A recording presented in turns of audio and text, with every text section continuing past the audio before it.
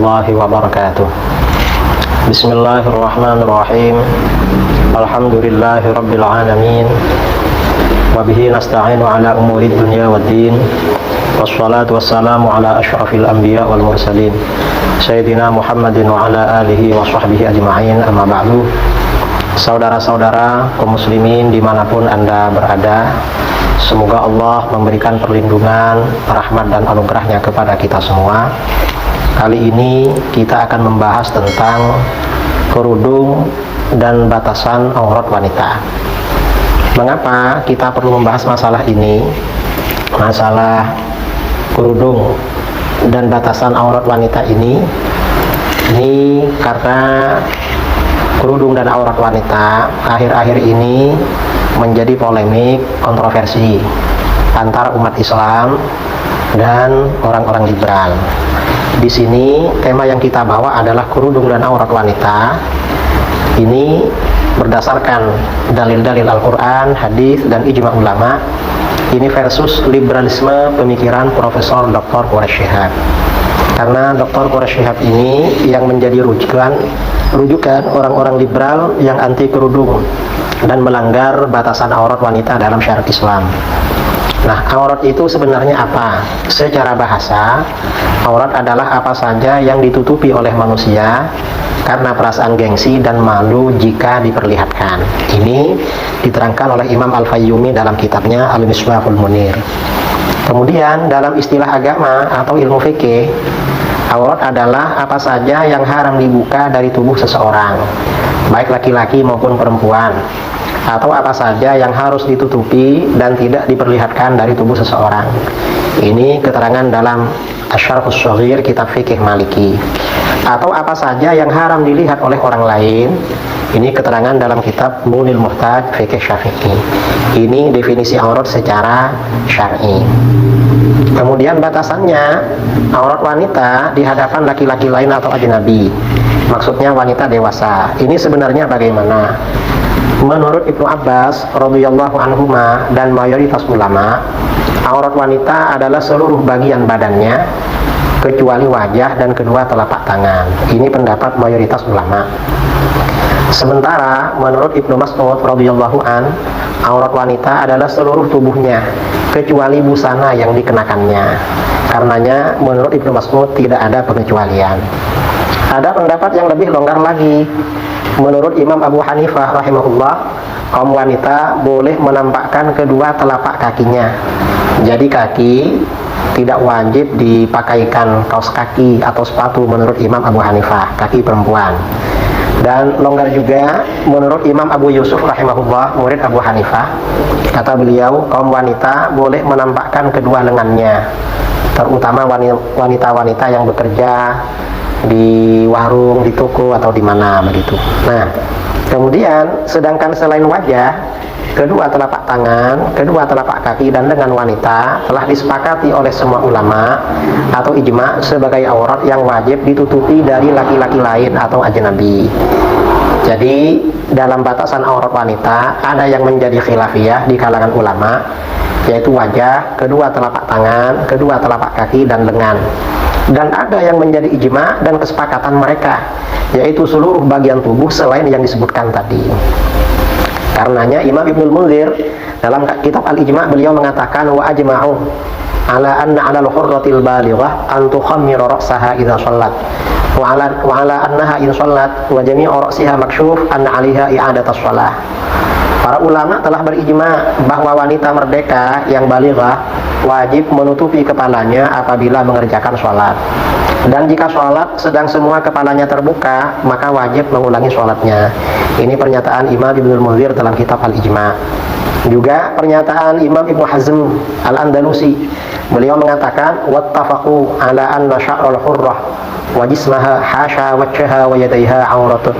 Ini pernyataan beliau dalam kitabnya Maratibul Ijma'. Para ulama telah bersepakat atau berijma bahwa rambut wanita merdeka dan tubuhnya kecuali wajah dan kedua tangannya adalah aurat. Artinya sesuatu yang wajib ditutupi. Ini pernyataan Imam Ibnu Hazm Al-Andalusi dalam kitabnya Maratibul Ijma'. Nah, kemudian mana dalilnya? Dalil Al-Quran dan Sunnah tentang batasan aurat. Allah Subhanahu wa taala berfirman dalam surah An-Nur, "Wa qul lil mu'minati yaghuddna min absarihinna wa yahfazna furujahun wa la yubdina zinatahunna illa ma dhahara minha wa la yadribna bi khumurihinna 'ala juyubihinna wa la yubdina zinatahunna illa li bu'ulatihinna aw abaihinna aw abai bu'ulatihinna aw abanaihinna aw abanai bu'ulatihinna aw ikhwanihinna aw bani ikhwanihinna aw bani akhawatihinna aw nisaihinna aw ma malakat aymanuhunna aw at-tabi'ina ghairi ulil irbati minar rijal aw at-tifli alladhina lam yadhharu 'ala 'auratin nisa wa la yadribna bi arjulihinna liyu'lama ma yukhfina min zinatihin wa tubu ila Allah jami'an ayyuhal mu'minun la'allakum tuflihun." Katakanlah kepada wanita-wanita mukminah, hendaklah mereka menahan pandangan mereka dan memelihara kemaluan mereka, dan janganlah mereka menampakkan hiasan mereka kecuali yang tampak darinya, dan hendaklah mereka menutupkan kerudung mereka ke dada mereka, dan janganlah mereka menampakkan perhiasan mereka kecuali kepada suami mereka atau ayah mereka atau ayah suami mereka atau putra-putra mereka atau putra-putra suami mereka atau saudara-saudara laki-laki mereka dan putra-putra saudara laki-laki mereka atau putra-putra saudara perempuan mereka atau wanita-wanita mereka atau budak-budak yang mereka miliki atau pelayan-pelayan laki-laki yang tidak mempunyai keinginan atau anak-anak yang belum mengerti tentang aurat-aurat wanita. Dan janganlah mereka menghentakkan kaki mereka agar mereka diketahui perhiasan yang mereka sembunyikan. Dan bertaubatlah kamu sekalian kepada Allah, hai orang-orang mukmin, supaya kamu beruntung. Al-Quran surah An-Nur ayat 31. Nah, maksud di dalam ayat ini wala yubdina zinatahun, maksud dan janganlah mereka menampakkan hiasan mereka, maksudnya kaum wanita tidak boleh menampakkan bagian-bagian tubuh yang menjadi tempat-tempat perhiasan seperti kaki, pergelangan tangan, telinga, dan leher. Ini keterangan dalam tafsir Al-Baghawi menurut pendapat mayoritas ulama. Kemudian illa ma dhahara minha, maksud kecuali yang tampak darinya, kaum wanita boleh menampakkan wajah dan kedua telapak tangan. Menurut Sa'id bin Jubair, Ad-Dhahhak, dan Al-Auza'i, ini ulama-ulama salaf pakar tafsir. Atau boleh menampakkan busana yang dikenakannya saja, menurut Ibnu Mas'ud radhiyallahu an. Ini pendapat yang ketat sekali, hanya bajunya yang boleh kelihatan. Dan atau perhiasan celak, cincin, dan pacar yang ada di telapak tangan, menurut Ibnu Abbas radhiyallahu anhuma. Ini sama dengan pendapat mayoritas ulama. Ini tafsir Al-Baghawi juz 5. Kemudian wal yadribna bi khumurihinna 'ala juyubihin, maksud dan hendaklah mereka menutupkan kerudung mereka ke dada mereka. Maksudnya kaum wanita wajib menutupi rambut, leher, anting-anting, dan dada mereka dengan kerudung itu. Mengapa wajib ditutup? Karena itu adalah aurat. Demikian keterangan dalam tafsir Al-Baghawi. Dalam ayat lain Allah juga berfirman, "Ya ayyuhan nabi, qul li azwajika wa banatika wa nisa'il mu'minina yudnina 'alaihinna min jalabibihin. Dzalika adna ay yu'rafna fala yu'dzain wa kana Allahu ghafurur rahima." Hai Nabi, katakanlah kepada istri-istrimu dan anak-anak perempuanmu dan wanita-wanita orang-orang mukmin agar mereka mengulurkan atas diri mereka jilbab mereka. Itu menjadikan mereka lebih mudah dikenal sehingga mereka tidak diganggu. Dan Allah Maha Pengampun lagi Maha Penyayang. Al-Ahzab 59. Nah, yang dimaksud yudinina 'alaihinna min jalabibihin, maksud agar mereka mengulurkan atas diri mereka jilbab mereka. Menurut Ibnu Abbas radhiyallahu anhuma, kaum wanita diperintahkan untuk menutupi kepala dan wajah mereka dengan jilbab, kecuali satu mata saja, agar mereka diketahui sebagai wanita merdeka sehingga tidak diganggu oleh orang. Demikian dalam tafsir Al-Baghawi. Nah, itu ayat Al-Quran. Kemudian hadis an Aisyah radhiyallahu anha, anna Asma bint Abi Bakrin dakhalat ala Rasulillah sallallahu alaihi wasallam wa 'alaiha thiyabun riqab fa'arada anha Rasulullah sallallahu alaihi wasallam wa qala, "Ya Asma, innal mar'ata idza balagatil mahid lam tasruh ayyura minha illa hadza wa hadza." Wa asyara ila wajhihi wa kaffayhi. Rawahu Abu Dawud. Aisyah radhiyallahu anha berkata bahwa Asma putri Abi Bakar radhiyallahu an datang menemui Rasulullah sallallahu alaihi wasallam dengan memakai pakaian tipis atau transparan. Maka Rasulullah sallallahu alaihi wasallam berpaling enggan melihatnya dan bersabda, "Hai Asma, sesungguhnya perempuan jika telah haid tidak lagi wajar terlihat darinya kecuali ini dan ini, sambil beliau menunjuk ke wajah dan kedua telapak tangan beliau.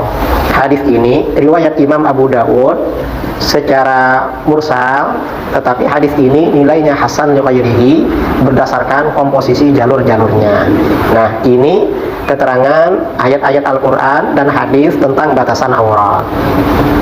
Ya, nah maksud sabda Nabi SAW, sesungguhnya perempuan jika telah haid tidak lagi wajar terlihat darinya kecuali ini dan ini. Maksudnya apa? Seorang wanita yang telah haid, artinya balighah, tidak boleh menampakkan bagian tubuhnya kepada laki-laki lain kecuali bagian yang diperlukan, yaitu wajah dan dua telapak tangan. Demikian keterangan Imam Ibnu Raslan dalam Syarah Sunan Abi Dawud. Nah, kemudian saudara, setelah demikian keterangan tadi kan jelas sekali tentang batasan aurat.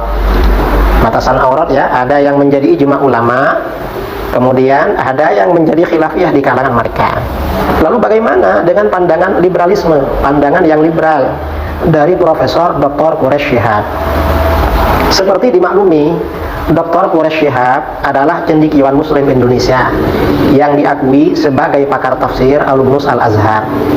Tetapi beliau telah banyak keluar dari manhaj Azhari yang Sunni, Asy'ari dan Sufi. Maksudnya pandangan-pandangannya tidak merepresentasikan, mewakili ulama Al-Azhar. Di satu sisi, Quraish Shihab banyak mengutip dan mengadopsi pendapat tokoh Syiah dalam sebagian bukunya, dan bahkan menulis buku khusus yang membela Syiah Imamiyah dan menyerang Sunni. Di sisi lain, ia juga punya kecenderungan mengikuti dan membela pemikiran liberal. Ini Pak Quraish Shihab. Di antara pendapatnya yang mengadopsi pendapat kaum liberal adalah pendapatnya tentang kerudung dan batasan aurat wanita. Kalau begitu, dalam bukunya yang berjudul Jilbab Pakaian Wanita Muslimah, Dr. Quraish Shihab melontarkan pikiran-pikiran liberalnya yang berupaya menggiring pembaca secara halus agar hanyut secara tidak terasa terhadap pikirannya. Bagaimana? Misalnya pertama, ia menyatakan bahwa ketetapan hukum tentang batas yang ditoleransi dari aurat atau badan wanita bersifat dhanni, yakni dugaan. Ini halaman dalam bukunya halaman 228.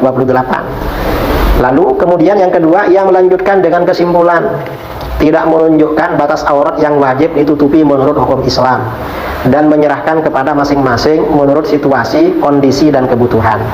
Ini bukunya halaman 229. Nah, dua pernyataan Dr. Quraish Shihab itu perlu dikoreksi. Mengapa? Pertama, sebagian besar hukum-hukum fikih itu memang bersifat dhanni, artinya dalilnya dhanni, yakni dugaan kuat. Tetapi walaupun dhanni, dari dalil yang dhanni ini sebagian menjadi khilafiyah, sebagian menjadi ijma di kalangan para ulama. Tidak semua yang dhanni itu kemudian tidak ada ijma di kalangan para ulama. Dan dhanni ini bukan dugaan biasa, tetapi dugaan kuat. Ini yang perlu digarisbawahi. Kedua, dalam hal batasan aurat wanita, ada yang menjadi ijma ulama, dan ini yang tidak dijelaskan oleh Dr. Quraish Shihab. Dan ada yang menjadi khilafiyah di kalangan mereka, yaitu sekitar wajah, kedua telapak tangan, kedua telapak kaki, dan kedua lengan. Ini khilafiyah. Yang ijma itu ada juga. Jadi begitu. Dengan demikian, berarti kesimpulan Quraish Shihab yang mengatakan tidak menunjukkan batas aurat yang wajib ditutupi menurut hukum Islam dan menyerahkan kepada masing-masing menurut situasi, kondisi dan kebutuhan, ini jelas kesimpulan yang ngawur dan tidak membedakan antara batasan aurat yang menjadi ijma ulama dan menjadi khilafiyah di kalangan mereka. Ini sembrono namanya dengan menyatakan seperti itu. Ketiga, ini juga ya, Dr. Quraish Shihab cenderung menyamakan wanita yang berhijab secara syar'i yang menutup auratnya dan wanita yang menampakkan bagian auratnya secara terhormat, tidak mengundang rangsangan dan usilan. Jadi kata Pak Quraish Shihab ini, auratnya tampak tapi terhormat, tidak mengundang rangsangan dan usilan. Tak apa maksudnya ini?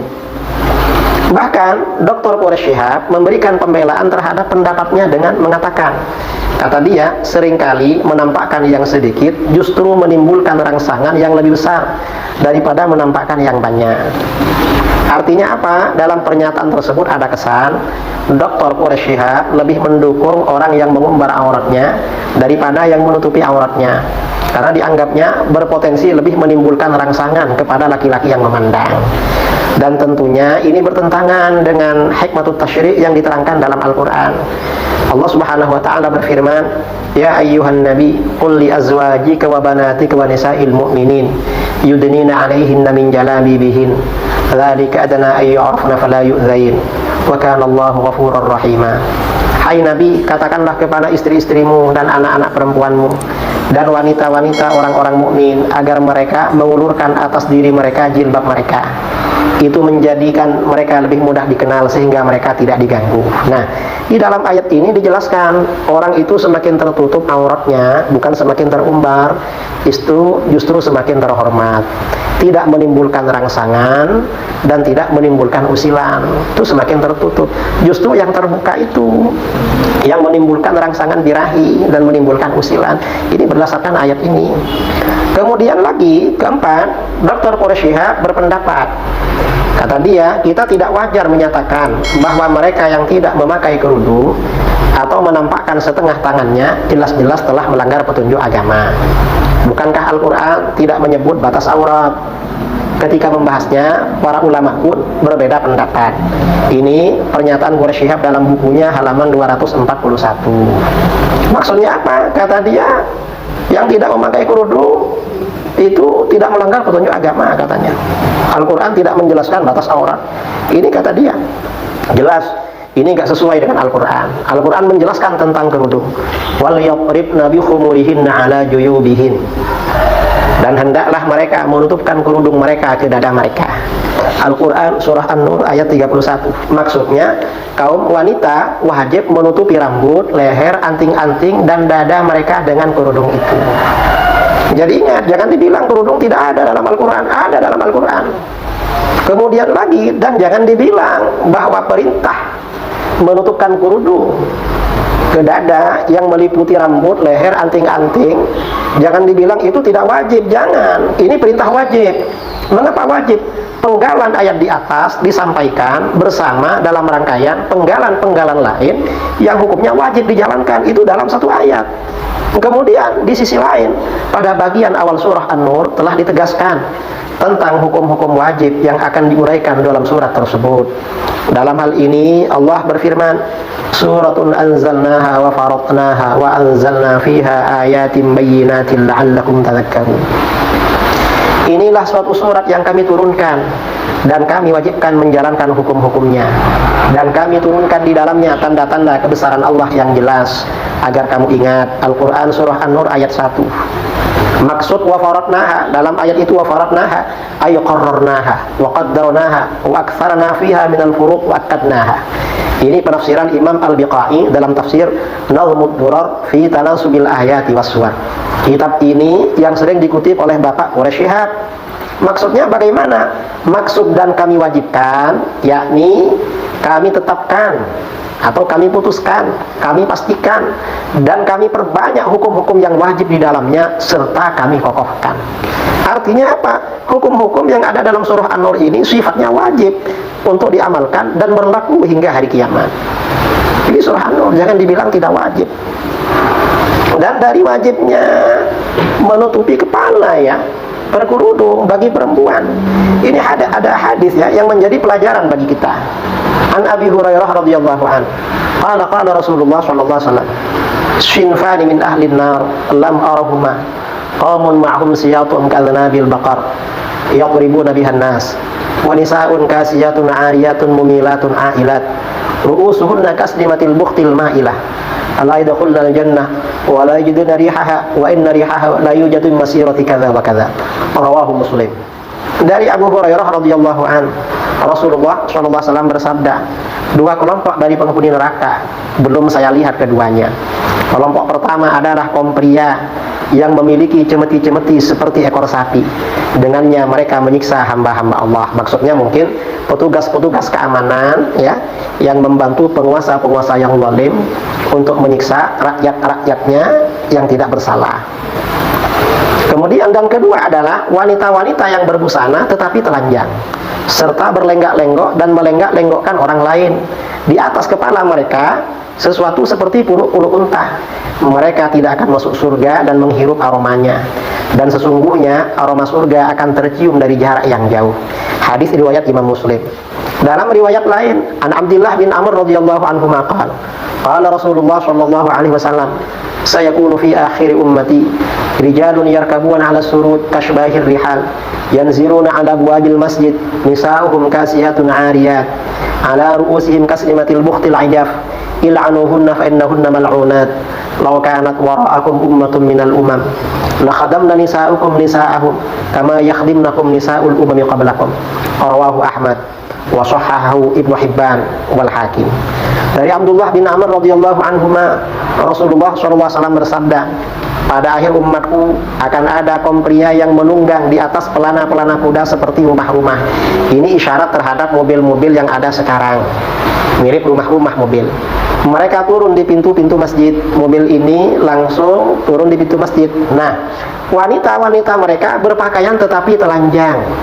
Maksudnya boleh jadi pakaiannya transparan, tembus pandang, atau pakaiannya ketat sekali sehingga menampakkan lekukan-lekukan tubuh. Kepala mereka bagaikan puluh unta yang kurus. Laknatlah mereka, karena sesungguhnya mereka adalah wanita-wanita terlaknat. Seandainya setelah kalian ada salah satu umat, niscaya wanita-wanita kalian akan menjadi pembantu bagi wanita-wanita mereka, sebagaimana wanita-wanita mereka menjadi pembantu bagi wanita-wanita kalian. Hadis riwayat Imam Ahmad dan disahihkan oleh Ibnu Hibban dan Al-Hakim. Nah, maksud hadis ini, maksud di atas kepala mereka ada sesuatu seperti puluh-puluh unta. Maksudnya kaum wanita itu mereka memperbesar bentuk kepala mereka dengan mengikatkan kerudung, kain dan lainnya pada kepala mereka sehingga menyerupai puluh unta. Nah, ini maksudnya apa? Kaum perempuan yang kepalanya ditutup, tapi penutup kepalanya justru menarik perhatian laki-laki karena dibuat memperbesar bentuk kepalanya. Ini dilaknat oleh Allah. Ini dilarang, diharapkan. Lalu gimana dengan orang yang membuka kepalanya tidak berkerudung? Ini kan justru lebih parah ini kalau tidak berkerudung. Nah, dari sini kata para ulama, rambut itu secara ijma memang aurat. Ibnu Hazm al-Andalusi berkata, wattafaqu ala anna sya'ral hurrah wa jismaha hasha wajhaha wa yadayha aurah. Para ulama telah bersepakat, berijma bahwa rambut wanita merdeka dan tubuhnya kecuali wajah dan kedua tangannya adalah aurat.